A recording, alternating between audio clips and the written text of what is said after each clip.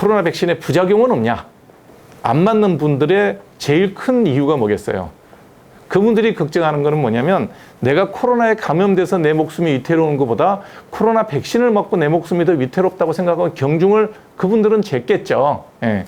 해보고 불안하니까 안 맞는 겁니다. 그럴 거라고 유추해보는 게 맞겠죠. 그럼 우리가 부작용에 대해서도 한번 봐야 될 거 아니에요. 근데 우리 정부의 발표나 우리 언론, 제가 언제부터 이렇게 언론에 대해서 부정적인지 모르겠는데 뭐 메이저 언론사까지 포함해서 보도를 내용을 보면 이런 내용은 전혀 안 나와요.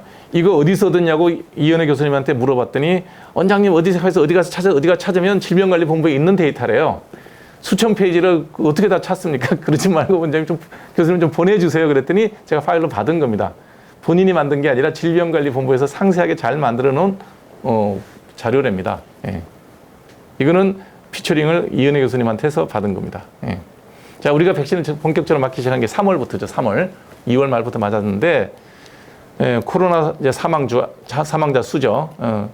3월에 128명, 4월에 225명, 5월에 408명 이런 식으로 월별 사망자 수가 쭉 발표가 된 거예요.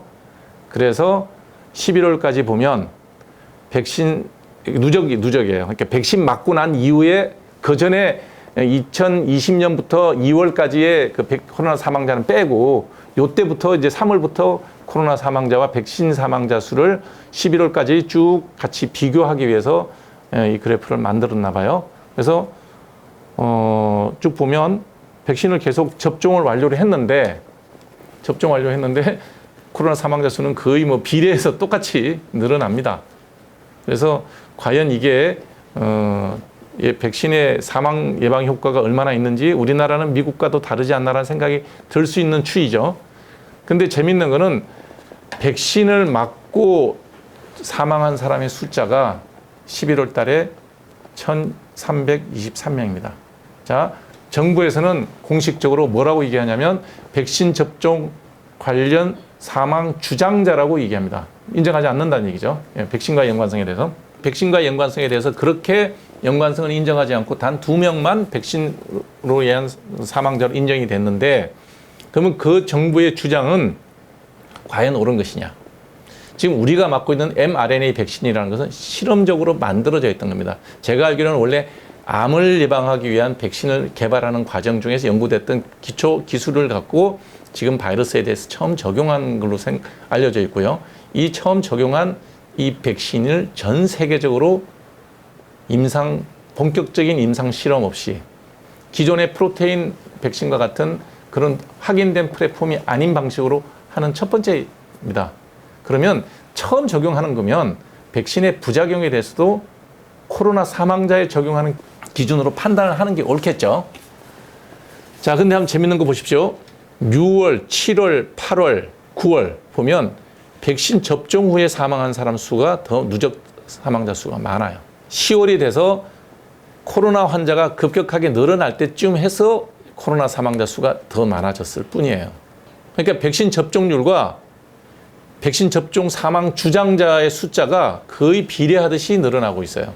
그러면 백신의 부작용이 있을 수 있다는 것에 대해서 생각을 해야죠. 그게 합리적인 사람의 생각이죠. 5,100만의 우리 국민의 목숨을 담보하기 위해서 1,300명의 희생자는 감내할 만하다라는 이런 생각은 굉장히 위험하지 않나요? 더군다나 코로나라는 병에 걸려서 사망할 확률이 60세 이전의 젊은 사람들의 경우에는 지극히 낮은데 평균 사망률이 0.01%에서 0.04%에 해당되는, 그리고 지난 2년 동안 5천만 국민 중에 5천 명이 사망했어요. 10,000명 중에 1명이 사망했어요. 그런데 백신을 맞기 시작했는데 백신 때문에 1,300명이 사망을 했다고 주장하고 있어요. 이 인과관계는 밝혀야 되겠지만 아직은 밝혀진 바 없죠.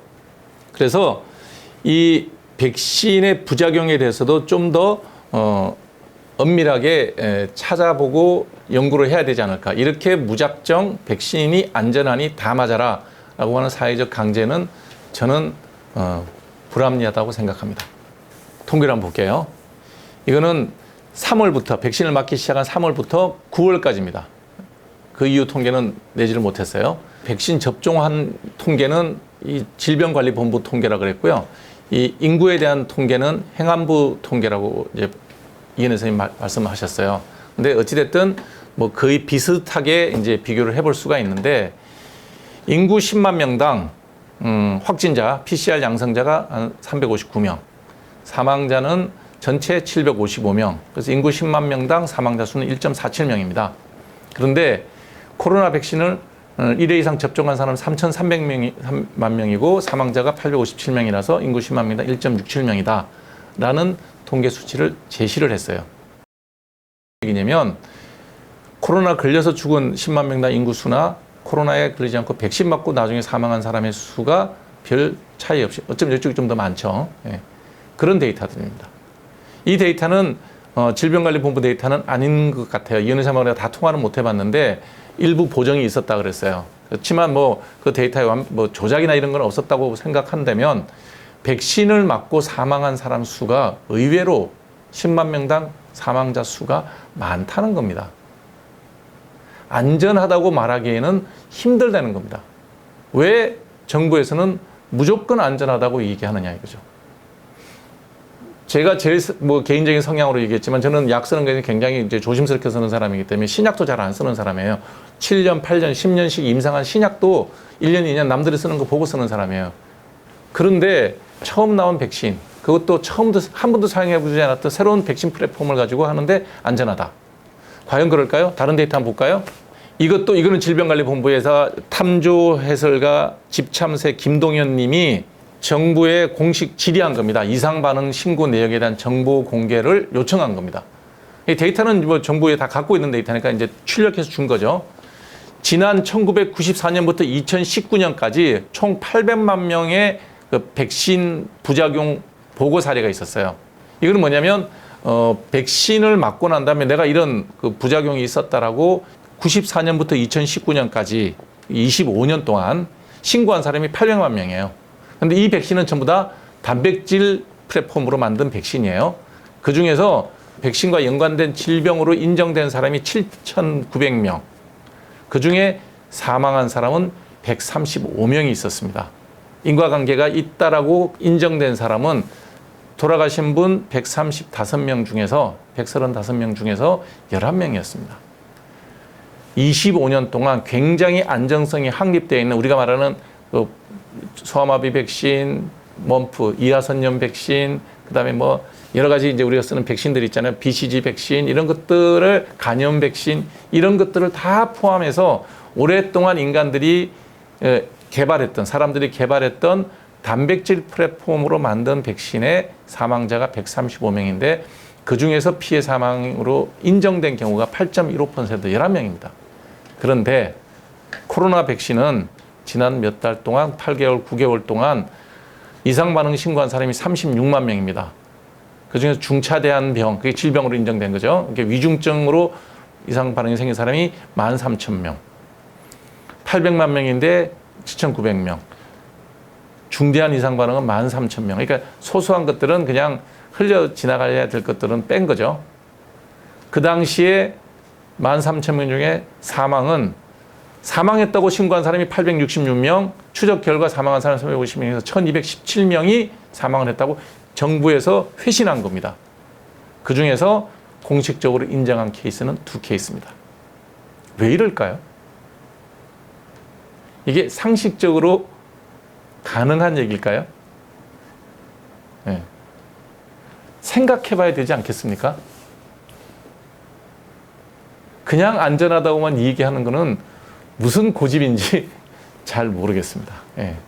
자, 지금도 우리가 4천만 명 이상의 백신을 맞은 사람 중에 사망은 그것 때문에 돌아가셨다고 주장하는 분이 한 1,400명 정도 있습니다. 자꾸 주장이라고 말을 해서 백신 맞고 돌아가신 피해자분들한테는 정말 죄송한데 그럴 수밖에 없는 얘기죠. 왜냐하면 제가 백신 사망자라고 얘기하면 거기에 대한 또 법적 책임을 져야 됩니다. 여러분의 마음을 이해 못한다는 게 아니라 그런 문제가 있어서 그런 거예요. 정부에서 인정한 사람은 백신 사망자는 2명입니다. 1,200명이 백신을 맞고 돌아가셨습니다. 이 강의 후반부에 제가 또 다른 자료를 보여드릴게요. 이거 공식 보고 사항입니다. 몇십 년 동안 프레폼으로 인정받은 단백질 백신에서는 135명이 사망하고 11분에 대해서 인정을 하는데 처음 개발된 약 mRNA 백신은 1200명이 사망하는데 2명을 공식적으로 인정했어요. 이건 뭐냐면 사례가 없기 때문에 인정하기 힘들다는 거죠. 좀 더 포괄적 범위의 백신의 부작용을 인정해야 되는 이유가 여기에 있다고 저는 생각을 합니다. 자, 백신 부작용에 대한 그 여러 가지 이제 접종자 사례를 볼 것 같으면 이게 이제 그 백신 접종 1차, 2차, 3차까지 했으니까 숫자는 뭐 9,500만 분을 낳았지만 전체적으로 2차 접종까지 마친 분이 4천만 분, 부스터까지 맞은 분이 1,100만 명이다는 얘기예요. 전체 이상 반응은 좀 이거는 이제 뭐 예민해서 신고한 것도 있을 수 있으니까 빼고 일반적인 것도 좀 빼고 그냥 그래도 뭐 좀 뭐 이렇게 열이 많이 나고 팔이 아팠다 이런 것까지 우리가 백신 부작용으로 막 몰아붙이면 백신을 반대하는 사람 입장밖에 안 되니까 그런 건 떠나고 백신을 맞고 심한 아나필락시스 현상에서 샥이 생긴 사람, 그 다음에 그런 정도의 중한 또 다른 중차대한 이상 반응에는 여러 가지가 있습니다. 심낭염이라든지 혈소판 감소증, 길리안바레 같은 게 척추마비가 오고 하는 그런 거거든요. 심낭염, 심근염 나중에 사진 하나 또 보여드릴게요. 혈소판 감소증에서 혈전증이 생기면 사망할 수 있어요. 길리안바레 같은 건 사지마비 올 수 있습니다. 그에 뭐 여러 가지 다른 그 백혈구 같은 백혈구의 이상이 생겨서 백혈병이 생길 수 있다는 다른 보고도 있어요. 뒤에 또 다 나올 거예요.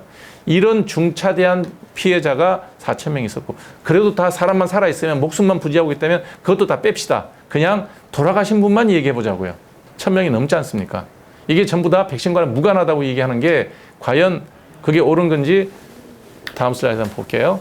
더 중요한 거는 최근 얘기입니다. 12월 16일 날 이때부터 이제 백신 패스 얘기가 나오고 학생들한테 학원 못 가게 하겠다. 독서 제출 금지시키겠다는 얘기가 나오면서 이제 본격적으로 이 젊은 어린 친구들이 맞기 시작했어요.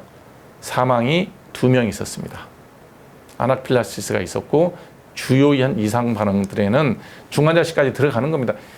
여러분 중환자실 들어간다는 게 어떤 의미인지 모르시죠? 저는 의사이기 때문에 알잖아요. 저도 인턴 레지던트 하면서 중환자실 많이 들락날락 했는데 생명이 위중한 거예요. 살아나와도 정말 스트레스로 난 포스트 트라우마틱 사이코시스 그 외상증후군이 생깁니다. 그 정도로 위중한 데 들어갔다 나오는 거예요. 그런 사람들이 포함해서 204명입니다. 네. 사망한 사람은 2명밖에 없다고요? 지난 2년 동안 10대에서 코로나 사망자 지금까지 단 1명도 없습니다. 이 2명도 인정 못 받았을 거예요. 10대 10살부터 19살까지 기저질환 없는 사람이 전혀 없지는 않잖아요. 10대는 10대에도 백혈병 앓는 친구 있고 10대에도 소아당뇨를 앓고 있는 애 있고 10대에도 갑상선 질환 앓고 있는 친구들이 있어요. 기저질환자 있어요. 많지는 않지만 그 친구들도 단 1명도 안 죽었어요. 근데 백신 맞고 한 달, 2달 백신 강제하기 시작하고 나니까 2명이 죽었어요. 백신 맞고. 이걸 뭘 의미합니까? 이 2명의 생명은 전체 국민의 안전을 위해서 2명은 죽어도 돼요? 무슨 그런 사고방식이 있습니까? 이게 과연 정의로운 얘기인가요? 자, 지금부터는 한경일 쌤의 강의 내용을 다시 정리해 드리겠습니다. 한경일 쌤이 얘기했던 강의 내용에 부스트를 접종하는 이유는 세포 면역을 기억시켜서 감염균이 들어올 때, 코로나 바이러스가 들어올 때, 아니면 변이 코로나가 들어오더라도 빨리 항체를 만들 수 있도록 하는 리마인드 기능이 있다는 거였습니다. 기억시키는 거예요. 왜냐하면 항체 역할은 떨어질 수밖에 없는데 T세포가 기억하고 있으면 B세포한테 빨리 시그널을 보내서 코로나가 들어오자마자 빨리 잡아먹을 수 있도록 하는 기능을 하기 위해서 리마인드 시키는 기능이 부스트 접종의 목적이라고 그랬습니다. 부스트라는 것은 무슨 얘기냐면 면역의 기억, 이뮤놀로지 기억, 그러니까 코로나 바이러스에 대한 항체를 만드는 기억을 높이는, 단단하게 해주는, 견고하게 해주는 기능이 있다. 그리고 그 간격은 최소 6개월이라고 그랬습니다.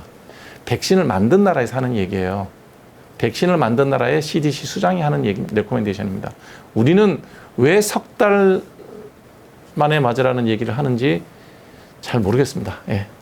CDC에서 공식적으로 코비드-19 백신에 대해서 레코멘데이션 하는 겁니다. 레코멘데이션. 제안하는 겁니다. 프로포즈 하는 겁니다. 강제하는 게 아니고요. 우리나라처럼 강제하는 게 아니고 내과 의사나 환자들한테 제안하는 겁니다.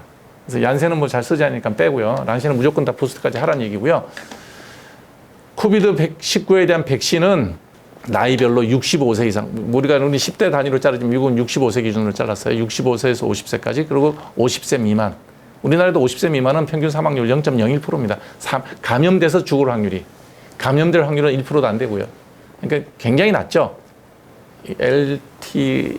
LTCF라는 게 우리나라 같으면 요양원 같은 데입니다. 롱타임 케어 퍼실리티일 거예요. 우리나라 같으면 양로원 뭐 그런 개념일 겁니다. 거기에 머무는 사람, 우리나라 같으면 요양병원이나 이런 데 해당하겠죠. 거기는 반드시 맞아라. 고위험군이란 얘기죠. 그 다음에 50세 미만이면 맞을래 말래? 예, 메이, 니 알아서 하세요예요. 50세가 넘어가면 맞는 게 좋겠다. 그 다음에 60세 리스크 팩터가 전혀 없는 경우라면, 그러니까 언더라잉 디지즈가 있으면서 50이 넘어가면 맞는 게 좋겠고, 언더라잉 디지즈가 있으면서도 50세 미만이면 맞을래 말래고요. 언더라잉 디지즈가 전혀 없는 그냥 일반적으로 건강한 사람이라면 65세 미만이면 니 알아서 하세요. 65세 이상만 맞으세요. 이게 CDC의 레코멘데이션입니다. 우리는 어떤가요? 백신 패스 정책이 옳지 않다. 적어도 청소년들이 학원 가는데, 독서실 가는데 이런 거를 강행하는 것은 적어도 법리적으로도 옳지 않다고 판단한 판사님이 아마 이런 자료도 충분히 검토는 하셨으리라 저는 봅니다. 그러지 않으면 가처분을 받아들일 리가 없겠죠. 그러면 그런 법원의 판결이 나오면 질병관리본부나 이런 걸 책임지는 사람들은 법원의 판결의 판례문에 뭐 저는 읽지는 않았지만 이러이러한 이유로 이런 걸 하는 건 안 좋다라고 판례가 가처분이 받아들여 인용이 됐으면 왜 그렇게 판결했는지 알 겁니다. 그러면 다른 자료도 좀 찾아보고 우리도 그러면 좀 다른 방식으로 대응을 해야 되겠다고 생각을 해야지, 백신 패스를 양보를 하면 꼭 뭐 권력이 무너지는 것처럼, 아니면 이거는 지고지선의 선인데 백신 패스는 꼭 해야 되는 일인데 일부 백신 반대론자들이 뭐 과격한 주장을 하는 것처럼 몰아붙이고 하는 이유가 뭔지는 잘 모르겠습니다. 정말 이해가지 않습니다. 그거는 과학을 하는 사람이면 절대로 하면 안 되는 얘기입니다. 모든 과학자들은 제1번이 뭔지 아세요? 자기가 주장하는 바에 오류가 있을 거라는 걸 인정하고 들어간다는 겁니다. 저도 지금 이런 말씀을 드리지만 제 말이 100% 옳다는 게 아니라 여러 자료들과 여러 데이터들과 다른 우리가 흔히 뭐 좋아하는 CDC나 미국의 이 자료, 우리나라의 데이터 이런 걸 갖고 얘기하잖아요. 그러면서도 저도 조심스럽게 얘기하잖아요. 내 말이 옳다고 얘기를 할 수가 없잖아요. 왜냐하면 모르잖아요. 아무도 모르잖아요. 처음 겪는 일이잖아요. 근데 우리나라 질병관리본부는 다 아십니까? 백신 맞고 죽은 10대, 20, 그 2명은 어떻게 하실 거예요? 무관하다 그러시겠죠, 또 뭐. 2달 전에 SBS의 의학 담당 조동찬 기자가 보도한 내용입니다. 한번 보시죠. 우선 네이처에 실린 최근 논문 소개하겠습니다. 코로나에 걸리면 특정 염증 물질이 생기고 이게 몸 여기저기 문제를 일으키는데 심하면 백혈병도 유발할 수 있다고 돼 있습니다. 그런데 백신도 자유롭지 못합니다. 무슨 얘기냐? 백신은 몸에 들어가면 코로나 바이러스의 일부인 이 스파이크 단백질이라는 걸 만듭니다. 그게 결국 항체를 유도하는 건데, 그동안 백신 맞고 염증이 생긴다는 보고는 있었지만 백신은 오로지 스파이크 단백질만 만들기 때문에 염증은 백신 때문이 아니라고 설명해 왔습니다. 그런데 이 논문은 바로 이 스파이크 단백질이 특정 염증의 원인이라고 말하고 있습니다. 이건 또 다른 보고서인데요. 그동안 주장으로 치부해왔던 모든 백신 중증 부작용을 수집하고 연구하기 시작했습니다. 중증 부작용 주장이 타당할 수 있기 때문입니다. 우리나라 통계를 보겠습니다. 백신 접종 후 사망했다고 주장하는 사례들, 보시는 것처럼 나이가 많을수록 사망자도 많습니다. 코로나 치명률도 비슷합니다. 사망 원인 볼까요? 백신 부작용 사망 주장 사례들은 심장병, 뇌졸중, 폐혈증, 폐렴 순서로 많았습니다. 이번엔 백신이 아니라 코로나19에 걸려서 사망한 사람들의 합병증 살펴볼까요? 급성 심장병, 뇌졸중, 폐혈증, 폐렴 순서였습니다. 백신 부작용 피해 주장이나 실제 코로나 합병증으로 숨진 사례가 비슷하게 닮아 있습니다. 자, SBS 의학 전문 기자 조동찬 기자의 뉴스, 그 2달 전에 방송됐던 내용입니다. 굉장히 의학을 공부를 하신 분이 기자 생활을 하시니까 다른 분들보다는 백신의 부작용에 대한 그 느낌이 빨리 왔겠죠. 그러니까 이런 취재를 했겠죠. 그런데 오해 마시기 바랍니다. 조동찬 기자의 제가 이 내용을 전부 다 알려드리지 않은 건 시간 때문에 그런 거고요. 뒤에 내용은 보면 그래도 백신을 맞는 것이 퍼블릭하게 공중의 이익에 훨씬 더 좋으니 백신은 맞는 것이 좋겠다라고 얘기하셨습니다. 그러나 부작용에 대해서도 충분히 숙고할 필요가 있다라고 조심스럽게 말씀을 하신 거고 이분 역시 백신을 반대한다거나 그러지는 않았어요. 예. 그러나 지금 2달 지났을 때 백신 패스가 나올 거라고 생각했다면 아마 조동찬 기자도 다른 얘기를 또 하실 수도 있겠죠. 자, 이건 한경희 쌤 저기 강의 내용에서 인용한 겁니다.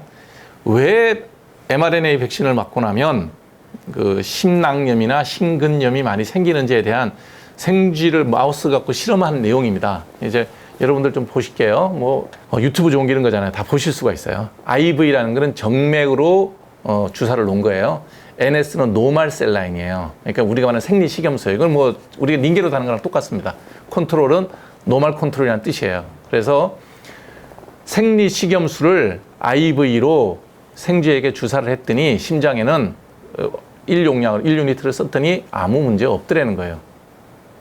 그리고 IV로 노멀 셀라인을 컨트롤 그룹으로 잡아서 역시 2배의 용량을 썼더니 역시 심장에는 외견상 아무 이상 없었고 또 다른 사진 보면 여기 조직검사 결과도 보면 깨끗하고 아무 이상 없어요. 이제 두 번째 사진부터 이제 변화가 보이죠. mRNA 백신을 한 도즈를 IV로 그러니까 이거는 이제 우리 인간한테는 하면 안 되는 일이죠. 근데 실험상 IV 정맥으로 슈팅을 했더니 이렇게 심장에 허옇게 염증 반응이 생기더라는 거예요. 조직 검사를 해봤더니 심낭에 염증이 생긴 경우도 있고 심근에 염증이 생긴 것도 있어요. 심낭에 염증이 생기면 좀 예후가 좋고 심근에 염증이 생기면 예후가 안 좋겠죠. 더블 도즈로 2배를 슈팅을 IV로 했더니 이 염증 반응이 지금보다 훨씬 면적이 넓고 심하다는 거 육안으로 보면 아실 거예요. 제가 조직학 사진은 빼버렸어요. 여러분들이 봐도 뭐 잘 이해 못할 사진들이니까. 그 다음에 우리가 실제로 mRNA 백신을 IM, 인트라머스큘라, 근육 주사를 했을 때 완도주를 했더니 심장에 변화가 없더라. 정확하게 근육에 주사를 했더니 역시 2배 도주를 했어도 심장에는 변화가 없더라예요. 그러면 우리가 백신을 맞는데 심장염이나 심낭염이나 심근염이 생기는 사례가 있어서 사망한 사례도 있고 그 사례만 지금 현재 유일하게 mRNA 백신의 부작용이 인정돼서 정부에서 인정한 케이스예요. 그거는 그럼 과연 여기서 뭘 의심을 해볼 수 있을까요? 백신 자체의 부작용일 수도 있지만 백신이 혈관으로 타고 들어가서 심장에 고농도의 mRNA가 전달되면 심낭염이나 심근염이 생길 개연성이 높다라는 것을 유추할 수 있지 않을까라는 게 한경쌤 이제 강의 내용이었습니다. 예. 뭐 그래서 심장에 부작용이 많이 생기는 이유는 이 mRNA 백신 자체가 심장 세포에서도 그 S 프로테인이 노출되고 거기서 면역 반응이 생기면서 이런 일이 생기는 게 아닐까라고 유추한다. 그러니까 주사 놓는 방법의 실수에 따라서 실수를 할 것도 없죠. 왜냐하면 근육 주사라는 거는 보고 놓는 게 아니잖아요. 찔르다 보면 혈관을 찔릴 수가 있죠. 그래서 이제 미국 CDC에서는 뭐 한경쌤 내용 다 들으세요. 가서 보세요. 꼭 누르고 난 다음에 리거지를 해서 피가 리거지가 되면 빼고 다시 백신을 놔라. 혈관으로 들어가면 안 되니까. 맞고 난 다음에도 빨리 꽉 눌러서 정맥으로 이게 설사 찔렸다 하더라도 백신이 흘러 들어가지 않게 꽉 눌러줘라. 이제 이게 이제 처방인데, 이거는 실험 결과, 동물 실험이 이 정도 나올 것 같으면 mRNA 백신이 심장에 바로 전달되면 심각한 문제가 생긴다라는 것은 충분히 이제 동물 실험으로도 예상이 되는 거죠. 예. 그런데 앞서 조동찬 기자의 보도 내용에 보면 심혈관 질환이 두 번째인가 있었죠. 예. 연관이 없다라고 단언하기가 어렵다는 겁니다. 이게 새로 나온 신약이나 새로운 질병이 생겼을 때 그러면 그 인과관계, 백신과 부작용의 관계, 신약과 부작용의 관계, 어떤 새로운 원인 물질이 질병을 일으키는 원인과의 관계에 대한 인과성을 따지는, 인과성을 판단하는, 원인과 결과를 따지는 판단의 기준이 참 어렵다는 겁니다. 특히 우리가 이런 핸드폰을 가지고 떨고 왔더니 깨지더라. 이 인과성 따지기 얼마나 좋아요.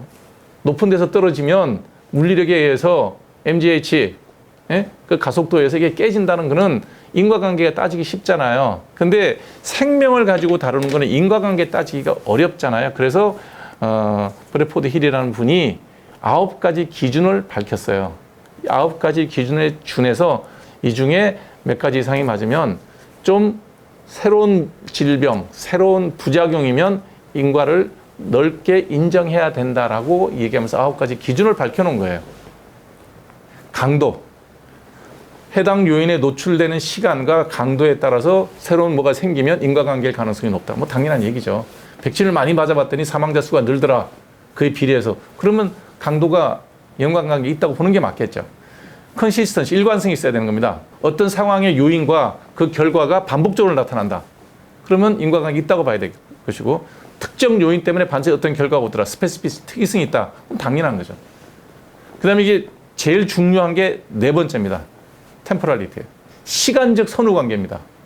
여기에 대해서 굉장히 중요하게 얘기를 해요. 이분 그 힐의 기준을 보면 원인이 먼저고 결과가 나중에 나타나면, 그리고 그 사이에 기간이 적절하면, 예를 들어 백신 맞고 1년 뒤에 돌아가셨다. 백신의 부작용으로 주장하기가 좀 그렇잖아요. 근데 백신을 맞고 일주일 안에 돌아가셨다. 시간상으로 노출 기간이 적절하잖아요.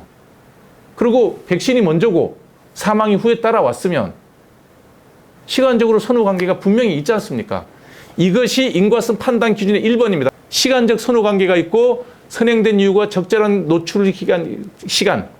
1년, 10년 뒤 얘기는 나중에 얘기하고, 어느 기간 안에 사망이 생기거나 질병이 생겼다 그러면 인과관계는 있다고 판단하는 것이 옳다라고 얘기를 하는 거예요. 기준이 많다는 얘기는 기준이 애매하다는 얘기하고 똑같죠. A면 B다라고 딱 부러지게 얘기할 수 있는 요인들이면 그 물리적으로는 쉬워요. 인과관계 명확하니까. 예. 100도가 되니 물이 끓더라. 0도가 되니 얼음이 얼더라. 이거는 인과관계가, 온도라는 게 딱 인과관계에 맺어지죠. 그게 물리학도 실험을 할 때는 간단하게 실험을 아주 단순화시켜서 실험을 해요. 모델링이라고 그래요, 그거를. 근데 인간의 목숨은 모델링을 할 수가 없어요. 그러니 이런 복잡한 기준으로 판단을 하는데 제일 중요한 건 시간적 선후관계라는 겁니다. 백신 사망자는 저는 여기에 분명히 해당된다고 볼 수밖에 없다는 거죠. 그 다음에 바이오로지컬 그레디언트라 해서 노출량이 많아지면, 예를 들면 아까 그림에서 그 생쥐 실험을 했을 때 도즈를 2배로 늘렸더니 이게 늘어나더라. 심근염이 병변이 넓어지더라. 심해지더라. 그러면 이제 바이오로지컬 그레디언트가 있다고 보는 거죠. 그 다음에 질병 간의 연관을 따지는 생물학적 요인이 맞아야 되는데, 아까 같이 이렇게 심근염이 생기는 요인은 여기에 심장에 mRNA 백신이 들어가서 심장의 심근에서 S프로테인이 나오고, 그 S프로테인을 공격하는 중에 심장이 공격을 받는다는 생물학적 프로스빌리티, 생물학적 정도가 기전이 설명이 된다는 거예요. 현미경으로 봐도 설명이 되고, 그 다음에 기존 지식과의 어느 정도 일치가 돼야 된다. 그런 건 앞에 그림을 보시면 백신으로 죽은 사람하고 코로나로 죽은 사람이 비슷해. 근데 우리가 만든 백신이 코로나 질병과 유사하게 프로테인을 만들어내. 그러면 기존 지식과도 일치하는 게 있잖아요. 실험적 입증은 뭐 이런 걸로 실험적으로 입증을 하는 거죠. 이런 실험으로 입증을 할 수 있는 거죠. 그 다음에 이제 다른 질환과 유사성이 있냐 없냐, 이런 것들을 두루 판단해서 인과성을 판단을 해야 되는데, 만일에 코로나 백신이라 그러면 새로 나온 물질이고 처음 시도해보는 거고, 그러나 대상자는 되게 많았기 때문에 이런 걸 따져볼 것 같으면 과연 1,400명, 500명, 지금 오늘 현재 1,400명의 백신 접종 후 사망자들을 딱 밝혀진 심근염과 그 다음에 스럼보사이트릭 풀프라, 혈소판 감소증, 그거는 아데노바이러스를 벡터로 쓰는, 침팬지 아데노바이러스 백신으로 쓰는 그 얀센 백신에서 생긴 부작용일 거예요. 그 두 가지만 인정을 하고 있어요. 그거는 이 인과성 판정 기준의 신물질, 신백신에 대한 인과성 판정 기준 9가지를 따져봐도 너무나 정부가 야박하다는 얘기를 딱 할 수밖에 없어요. 야박하다고. 질병관리본부에 저보다 공부 많이 한 예방학자들이라든지 의사가 얼마나 많을 것이며 통계학자가 얼마나 많겠습니까? 그러면 두루 한번 보시면 우리가 지금 너무 야박하게 판단한 건 아닌가. 백신의 접종률을 높이는 데 대해서 목표를 두고 그냥 몰아붙이는 건 아닌가라는 걸 한 번쯤은 새겨보고 가도 된다는 데이터를 뒤에 제가 보여드릴게요. 우리나라는 그렇게 다급하지 않습니다. 얼마나 야박하게 판단하는지 제가 한번 보여드릴게요. 12월 23일 기준으로 우리나라 공식 인정한 코로나 사망자가 5,015명입니다. 5,015명. 그런데 기저질환이 하나도 없이 그냥 코로나만 감염돼서 돌아가신 분은 169명입니다. 3.4%입니다. 나머지 4,846명은 기저질환이 한 가지가 아니고 평균 1.8개의 기저질환을 갖고 있었어요. 이거는 국회에다 제출한 자료니까 맞을 겁니다. 예. 그 다음에 백신 사망자는 이거 날짜가 달라고, 왜냐면 제가 이게 뭐 자료를 다 뒤질 수가 없어갖고 확인되는 것만 확인한 겁니다. 다 이거 질병관리본부에서 나온 통계입니다. 거기 보면 11월 8일 기준으로 1,217명이 돌아갔어요. 그 뒤에 더 있어요. 그거는 뭐 빼고 내가 확인한 통계니까. 그 중에서 정부에서 공식 인정한 사람은 2명의 희생자밖에 없습니다. 그분만 기저질환이 없었어요. 기저질환이 있는 사람이 1,215명입니다. 그러면 정부에서 이 기준으로 백신을 맞고 돌아가신 분이 2명밖에 없다라고 얘기할 것 같으면 코로나 사망자도 169명밖에 없다라고 얘기해야지 일관성이잖아요. 이게 맞잖아요. 코로나 환자 감염 사망자는 기저질환 포함해서 기저질환 있는 사람 없는 사람 포함해서 5,000명이 돌아가셨다고 국민들한테 겁을 주고, 백신으로 인해 돌아가시는 분은 기저질환 있는 1,200명은 빼고 공식적으로 인정한 2명만 백신으로 돌아가셨다고 얘기해서 안심시키고, 무슨 이런 이중잣대가 왜 나옵니까? 저는 이해할 수가 없어요. 왜 이렇게까지 정부에서 백신에 대해서 강박적으로 몰아붙이는지 이해할 수가 없어요. 팬데믹이 시작한 게 2년 됐고 백신 시작한 지가 1년 8개월, 9개월이 됐으면, 과학은 검증입니다. 과학은 주장이 아니고, 과학은 실험을 디자인할 때까지는 그거는 주장이에요. 아무도 모르는데 내가 이런 아이디어를 갖고 주장을 해보겠다. 아인슈타인이 예를 들어서 빛의 속도는 불변이다. 이거 자기가 주장해. 입증한 게 아니에요. 그 입증이 된 거는, 입증이 먼저 됐나요? 마이클슨 몰리가 빛의 속도는 일정하다라고 먼저 입증을 했나 보다. 어찌됐든 그 가정하에 상대성 이론을 전개한 거고, 그리고 본인이 예측했던 게 수성의 근일점이 바뀌더라. 항상 일치하지 않고 로제트 형태로 바뀌더라. 그 다음에 중력 렌즈 현상이 생길 거다. 중력파도 있을 거다라고 예측한 거예요. 그게 과학으로 라이고나 버글을 갖고 중력파를 입증했고, 수성의 근일점이 늘 바뀌는 거 측정을 했고, 그 변하는 각도까지 계산하는 게 정확했고, 그래서 우리가 아인슈타인의 상대성 원리를 받아들이는 거예요. 아인슈타인이 처음 이론을 발표했을 때는 그건 주장이었죠. mRNA 백신을 갖고 백신의 효과를 얻어야 되겠다라고 주장하는 것도 인정이 되고 의학계에서 받아들였으니 백신이 만들어지고 상용화된 것도 맞아요. 근데 그걸 8개월, 1년 가까이 사용을 했으면 이런 일은 저런 일이 생기면 과학은 검증입니다. 그 다음에 그 검증의 단계를 그치지 않고 일방적인 주장하면 그건 사이비 과학이고 과학이 아니에요. 1,200명이 돌아가셨습니다. 그러면 얼마나 여기에 대해서 부검도 하고 스타디를 했겠냐 이거예요. 자료를 내놔야죠. 그리고 정부에서 기저질환 없는 사람 169명의 코로나 사망은 169명이나 그러지 않고 기저질환 두세 가지 가지신 분까지 포함해서 5,000명이 돌아가셨다고 공식적으로 발표를 해서 겁을 줬다면, 백신 사망자도 맞고 돌아가신 분이 있는데 1,200분이 있는데 그중에 기저질환 없는 사람 2명이었고 기저질환 있는 사람이 1,200명이었다. 이 데이터를 보여주고 국민들한테 판단을 맡겨야죠. 어떻게 요렇게 발표를 합니까? 요렇게? 이거 정말 우리 장모님 얘기 하지 말라 그랬는데, 일개 개업한 의사 나부랭이가, 그것도 피부과 의사 나부랭이가 이걸 찾아야 되겠습니까? 다 정부 통계에 있는 거예요. 통계는 비키니라고 그랬잖아요. 중요한 건 가린다고. 국민 여러분도, 시민 여러분들도 깨어 있으려면 데이터를 보고 읽어야 됩니다. 저는 정부 공식 발표가 코로나 사망자가 1,500명이면 백신 사망자가 1,200명이었다고 발표하는 것이 옳다고 봅니다.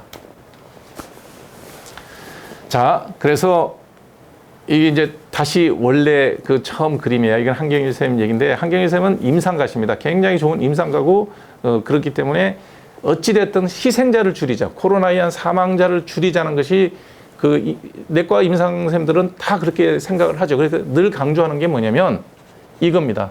코로나가 입으로 들어오는데 전염은 프리심토마틱 페이지에서 백신을 맞든 안 맞든 증상 있기 전에 다 퍼진다. 바이러스가 이렇게 피크를 치면서 번진다. 그래서 인네이트 이뮤니티를 강조를 했죠. 그래서 인네이트 이뮤니티, 선천 면역을 좋게 하려면 우리 전신 건강을 잘 해야 된다는 걸 늘 강조를 했고, 그 다음에 우리가 그게 또 인네이트 이뮤니티가 높지 않아서 감염이 됐다 하더라도 마일드 모더레이트 케이스로 해서 입원을 하고 숨을 못 쉬고 ARDS 그 급성호흡 부전으로 사망에 이르는 ICU에 들어가서 사망에 이르는 이거는 반드시 막아야 된다는 얘기를 하시는 거예요. 그래서 백신을 맞는 이유는 이거다. 호스피탈레이션을 줄이고 호흡 부전으로 인한 ICU 입원으로 사망에 이르는 요 과정은 꼭 막아야 된다. 백신의 효용은 여기서는 입증이 돼 있으니 리스크를 안고라도 꼭 맞자. 이게 합리적인 내과 선생님입니다. 한경희 선생님은 심장 전문하셨기 때문에 부작용에 대해서는 더 많이 아시는데 말씀은 많이 아끼신다는 느낌을 저는 받았어요. 그래서 이 단계는 꼭 막자. 그래서 백신의 효용성은 있다. 그렇지만 마지막 강조하신 내용은 그러면 우리는 어떻게 해야 될까를 얘기해야 되겠죠.